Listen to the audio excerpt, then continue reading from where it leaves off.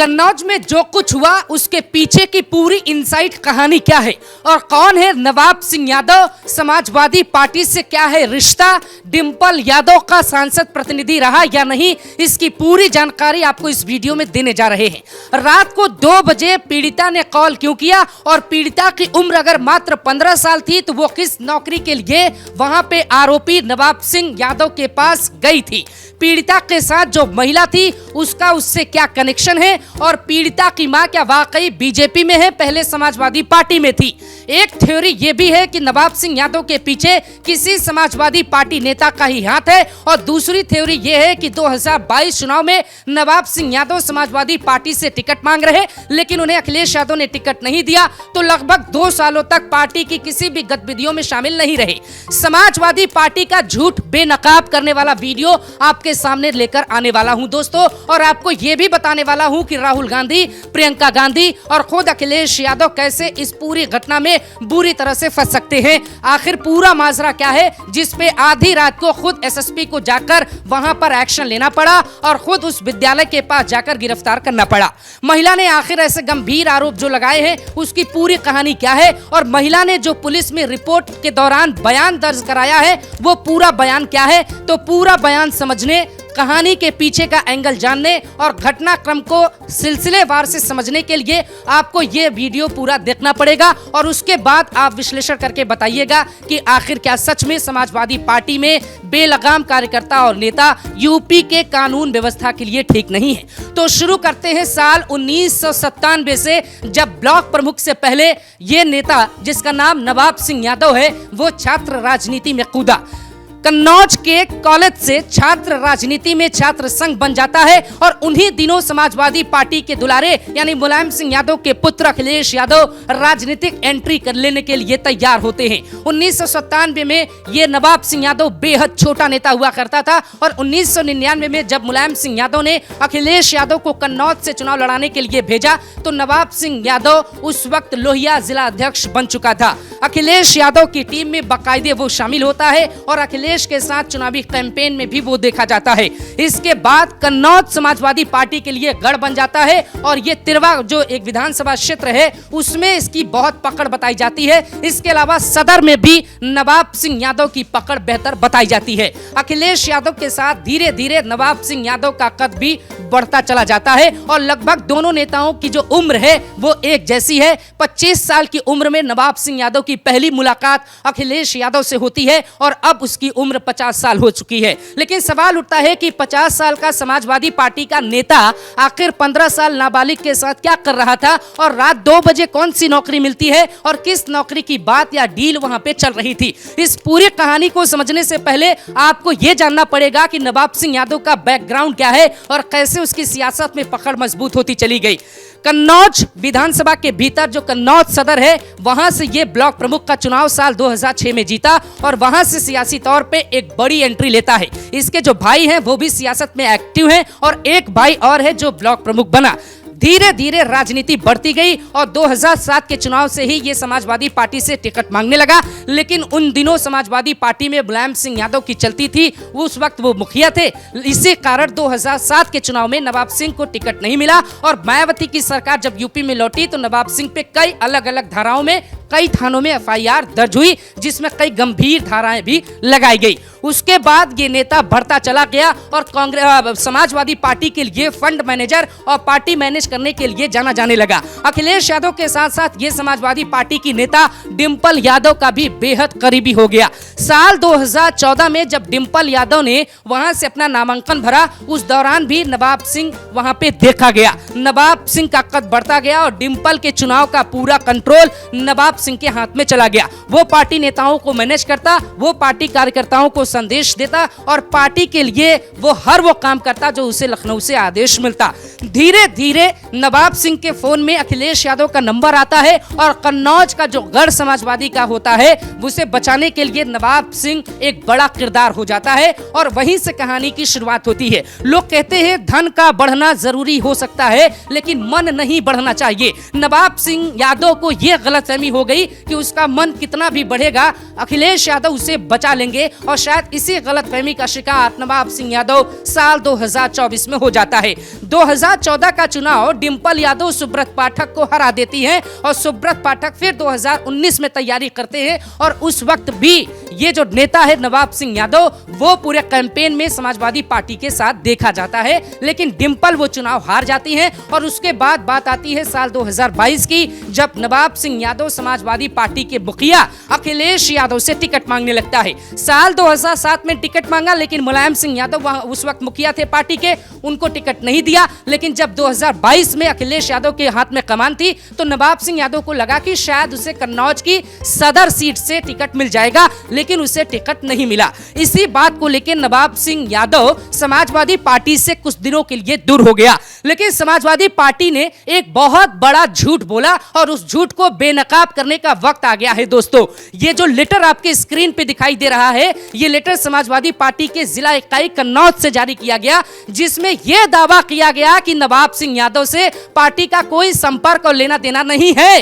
लेकिन यह तस्वीर आपके सामने है, ये साल 2024 के लोकसभा चुनाव के रैली के दौरान राहुल गांधी और अखिलेश यादव के पीछे बैठी हुई तस्वीर है, जिसमें नवाब सिंह पीछे बैठा हुआ है, जिसकी तस्वीर आपके सामने। अब दूध का दूध और पानी का पानी साफ हो जाता है। समाजवादी पार्टी ने जैसे ही देखा कि नाबालिग के साथ दुष्कर्म करने का आरोप लगा है, वैसे ही समाजवादी पार्टी ने नवाब सिंह जैसे एक पिलर को ही साइड कर दिया और पार्टी का जो जनाधार और पार्टी का जो समाजवाद था उसे बचाने के लिए उसे पार्टी का निकम्मा कार्यकर्ता बता दिया। लेकिन सबूत बताते हैं कि नवाब सिंह यादव, राहुल गांधी और अखिलेश यादव जब मंच पे हाथ उठा रहे थे, उस दौरान उनके पीछे वो बैठा हुआ दिखाई दिया। तो इससे यह साफ हो जाता है कि वो समाजवादी पार्टी का नेता था, नेता है। अब पार्टी उसे हटाएगी या नहीं, ये उनको तय करना है। झूठ नंबर 2 दोस्तों, ये बात भी आपको समझ लेनी चाहिए। जब रात को 1:30 बजे कंट्रोल रूम में एक कॉल जाती है लखनऊ में कि कन्नौज के इस कॉलेज के भीतर एक नाबालिग लड़की को टॉप उतारने के लिए कहा गया और उसकी जो बुआ, जो बताई जा रही जो महिला, वो 5 मिनट के लिए वॉशरूम जाती है। उसी बीच ऐसा कहा जा रहा है कि पुलिस में जो दी गई है प्राथमिक रिपोर्ट, उसमें पीड़िता ने जिक्र किया है कि उसी दौरान नवाब सिंह ने उससे टॉप उतारने के लिए कहा और उसके बाद उसकी बुआ आ जाती है और वो पूरी घटना अपने बुआ को बताती है। बुआ उससे कहती है कि तुम बाहर जाओ और 112 डायल करो। वहां पे 112 डायल होता है। जैसे ही पीड़िता बताती है कि ये समाजवादी पार्टी का नेता है और पूर्व ब्लॉक प्रमुख है, अपने ही विद्यालय में ये सब कर रहा है, उसके बाद घटना स्थल पे न सिर्फ पुलिस पहुंचती है बल्कि खुद एसएसपी भी पहुंचते हैं, जिससे घटना की गंभीरता का अंदाजा आप लगा सकते हैं। जो अमित आनंद वहां के कप्तान हैं, ये उनका ही आइडिया था कि पूरे घटनाक्रम का वीडियो बनाया जाए और पीड़िता को आगे आगे रखा गया ताकि पीड़िता ही बताए कि उसके साथ किस कमरे में क्या हुआ।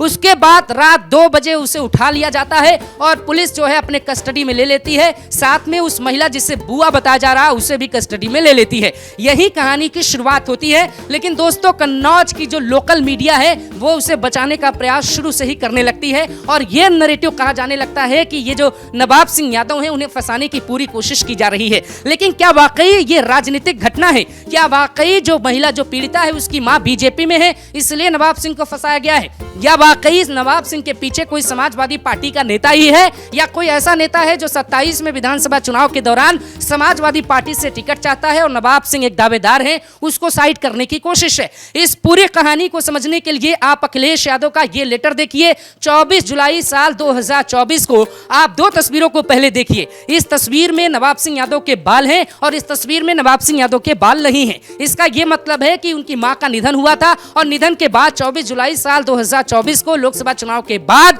अखिलेश यादव का बाकायदे लेटर पैड पर जारी एक लेटर होता है जिसमें वो साफ लिखते हैं कि उन्हें खेद है और इस दुख के समय में पूरे परिवार के साथ हम लोग खड़े हैं। इससे यह साफ हो जाता है कि लोकसभा इलेक्शन की तस्वीर जिसमें राहुल गांधी और अखिलेश यादव के पीछे नवाब सिंह यादव मंच पर बैठा है वो समाजवादी पार्टी में था और 24 जुलाई 2024 को अखिलेश यादव का लेटर जारी होता है जिससे यह पुख्ता हो जाता है कि वो समाजवादी पार्टी में एक्टिव मेंबर था। सबसे बड़ी बात जो समझनी चाहिए वो क्या है, वो आप समझिए, क्योंकि ऐसी घटनाओं का सबसे पहले पोस्टमार्टम किया जाना चाहिए कि आखिर वहां पे हुआ क्या था।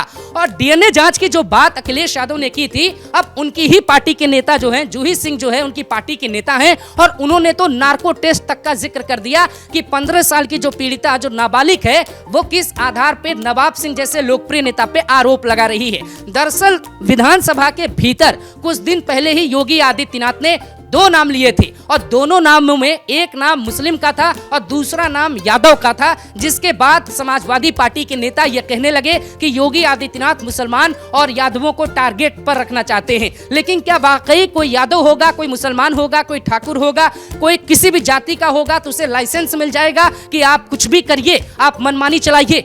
एक तस्वीर आपको दिखाते हैं, जरा ध्यान से देखिए। ये उस वक्त की तस्वीर है जब उसे पेश किया जा रहा था और जब जिला कचहरी में कई समाजवादी पार्टी के कार्यकर्ता उसके समर्थन में नारेबाजी लगा रहे थे। ऑडियो में ये आवाज साफ साफ आती है कि भैया पे गलत आरोप लगाए गए हैं और भैया जो है किसी गलत या आपत्तिजनक स्थिति में नहीं थे। सुनिए। पूरी बात बोलो ना। सब पूंजीपतियों के षड्यंत्र पैसे कराई जा रही है, इसका मना कर रही है।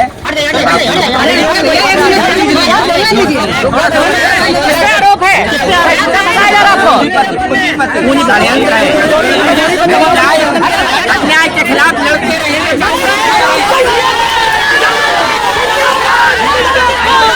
इसका यह मतलब है कि समाजवादी पार्टी के लोकल लेवल पे नवाब सिंह को बिना जांच के ही निर्दोष साबित करने की कोशिश की जा रही है। लेकिन इस तस्वीर में एक तस्वीर और है जो आपको देख लेनी चाहिए। नवाब सिंह को जो पुलिसकर्मी पकड़ा हुआ दिखाई दे रहा है, आप उसके चेहरे की मुस्कुराहट देखिए, जिससे आप धौंस समझ सकते हैं। पुलिस कस्टडी में नाबालिग के साथ जिस व्यक्ति ने ऐसा काम किया है उसको कैसे गोद में उठाकर ले जाने की कोशिश ये पुलिसकर्मी कर रहा है। यह तस्वीर बताने के लिए काफी है कि किसी भी व्यक्ति का जो रूप होता है, जो कद होता है, वो कितना केस को प्रभावित करता है। एसपी आनंद को तुरंत एक्शन लेना चाहिए ऐसे पुलिसकर्मियों पर, और उन्हें यह बताना चाहिए कि इस तरीके के आरोपियों को कभी भी मीडिया में बयान नहीं दिलवाने का मौका देना चाहिए, क्योंकि उससे मीडिया ट्रायल होगा और वो अपने आप को शहीद बताने लगा और अपने आप को निर्दोष साबित करने लगा। ये जो बयान है वो कोर्ट में मजिस्ट्रेट के सामने या जज के सामने आपको देना है, बताना है, और खुद को निर्दोष साबित करने के लिए आपको भी मौका मिलेगा। लेकिन समाजवादी पार्टी की धुरी है, और सुब्रत पाठक जब भी चुनाव हारे उनकी आंखों में एक कांटा चुभा। वो कांटा था सुब्रत पाठक के खिलाफ, जिसने खूब प्लांटिंग की, खूब मेहनत की और वोट बैंक इधर उधर करने का काम किया। उसी का नाम है नवाब सिंह यादव। ये खबर जितनी सच्ची लगती है उतनी राजनीतिक भी लगती है, इसीलिए इस खबर में पूरा इंतजार करना पड़ेगा। और योगी आदित्यनाथ का जब तक इस घटना पे कोई बयान नहीं आता दोस्तों, तब तक इस खबर के बाद यूपी की सियासत में भूचाल नहीं आएगा। लेकिन संभावना है कि योगी इस घटना पे बयान देंगे और बुलडोजर एक्शन की कार्रवाई की बात करेंगे। समाजवादी पार्टी के भीतर मोहित खान को बचाने को लेकर जो प्रोपेगेंडा रचा गया, उसके बाद समाजवादी पार्टी पे कई सवाल उठाए गए और देश भर के महिलाओं में यह मैसेज गया कि अखिलेश यादव की पार्टी एक नाबालिग के दुष्कर्म के आरोपियों के साथ खड़ी है, जो मोहित और राजू खान को बचा रही है। अब सवाल यह उठने लगा है कि क्या नवाब सिंह यादव को भी डीएनए टेस्ट के लिए अखिलेश यादव बोलेंगे? यह सवाल सबसे बड़ा है। इसीलिए एसएसपी के आदेश पे पूरे घटनाक्रम का वीडियो बनाया गया, जब गिरफ्तारी के दौरान का यह वीडियो आपके सामने जो चल रहा है। इससे यह साफ होता है कि समाजवादी पार्टी कन्नौज के भीतर कैसे जो है नवाब सिंह यादव को बचाना चाहती है। लेकिन पूरा परिवार दबंग किस्म का है, और काफिला जब निकलता है तो सैकड़ों की संख्या में गाड़ी होती है, वो सब कुछ मैनेज करता है, प्रशासन मैनेज करता है, शासन मैनेज करता है। और यहां तक दोस्तों कि जब वो चुनाव के दौरान वो इतना ज्यादा दिलचस्पी लेता है पार्टी में कि वो अखिलेश यादव के एक फोन पे सब कुछ तैयार करता है। इससे एक बात साफ है कि नाबालिग के आरोप पे जांच होनी चाहिए। नाबालिग 2 बजे रात उस विद्यालय में क्यों पहुंची, इसकी भी जांच होनी चाहिए। सवाल यह है कि जब उसके साथ उसकी बुआ थी तो उसके साथ यह घटना कैसे हो गई? क्या बुआ को डराया जा रहा था? क्या बुआ के साथ वो मैनेज कर रहा था? और सबसे बड़ी बात यह कि किसी भी अनजान महिला के साथ या किसी भी अवैध रिश्ते जब कोई व्यक्ति बैठा है, यानी कि अब वो आपकी पत्नी अगर नहीं है, तो आप इस तरीके से अर्धनग्न की स्थिति में क्यों हैं? अगर आप गलत नहीं थे तो यूपी पुलिस की एंट्री के बाद पैंट क्यों पहन ली? पुलिस के सामने भी नवाब सिंह यादव को ऐसे ही जाना था, क्यों नहीं गए? ये सवाल समाजवादी पार्टी के कार्यकर्ताओं से क्यों नहीं पूछा जाना चाहिए? और सवाल ये भी है कि क्या मुलायम सिंह यादव ने जो बयान दिया था, लड़के हैं गलती कर देते हैं, उसी बयान की तहत आप जो है नवाब सिंह यादव को माफ कर देंगे? सवाल यह भी है कि समाजवादी पार्टी के राष्ट्रीय अध्यक्ष 37 सांसदों की पार्टी वाले मुखिया अखिलेश यादव को क्या महिलाओं के मुद्दे पर खुलकर मोहित खान या नवाब सिंह यादव के खिलाफ बयान नहीं देना चाहिए? अखिलेश यादव की पत्नी डिंपल यादव खुद महिला सांसद हैं और कन्नौज के बजाय वो मैनपुरी से चुनाव जीत कर पहुंची। महिलाओं का प्रश्न अगर महिला सांसद नहीं उठाएगी तो फिर देश में महिलाओं और बच्चियों की सुरक्षा की बात कौन करेगा?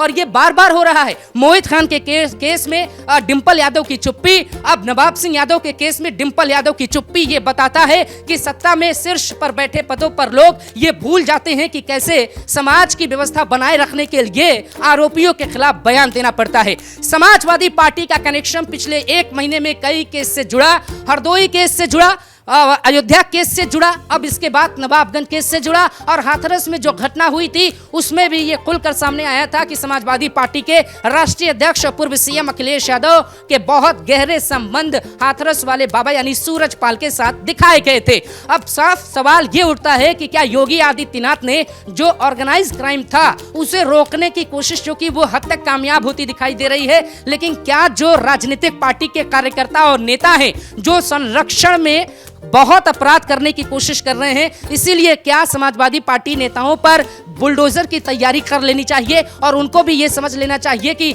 मोहित खान का जैसे घर तोड़ा गया वैसे नवाब यादव का भी घर तोड़ा जाना चाहिए।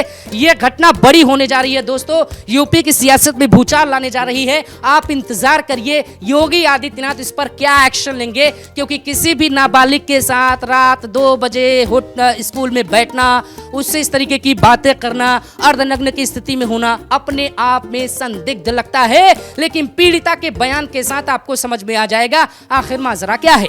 पुलिस को पीड़िता ने यह बताया कि उसे जो है नौकरी देने के लिए बुलाया गया और उसके पहले भी वो नवाब सिंह के साथ मुलाकात कर चुकी थी। हालांकि ये वाला जो बयान है पहले मुलाकात वाला वो रिपोर्ट में दर्ज नहीं किया गया है, लेकिन ऐसी खबर आ रही है कि पीड़िता और उसकी बुआ की मुलाकात नवाब सिंह से पहले हुई थी। पीड़िता जो है पुलिस को यह बताती है कि उसको टॉप उतारने के लिए कहा जाता है और यह तक कहा जाता है कि नौकरी के बदले में मुझे क्या मिलेगा। ये तमाम बातें पुलिस एफआईआर में लिखी जा चुकी हैं और मजिस्ट्रेट के सामने सब कुछ चीजें साफ हो चुकी हैं। अब घटना राजनीतिक हो या गैर राजनीतिक हो फर्क इससे नहीं पड़ता। यूपी में बेटियों की सुरक्षा के साथ अगर किसी ने खिलवाड़ किया, वो मोहित हो या नवाब यादव, नवाबी तो निकालनी पड़ेगी और वो नवाबी निकालेंगे योगी आदित्यनाथ।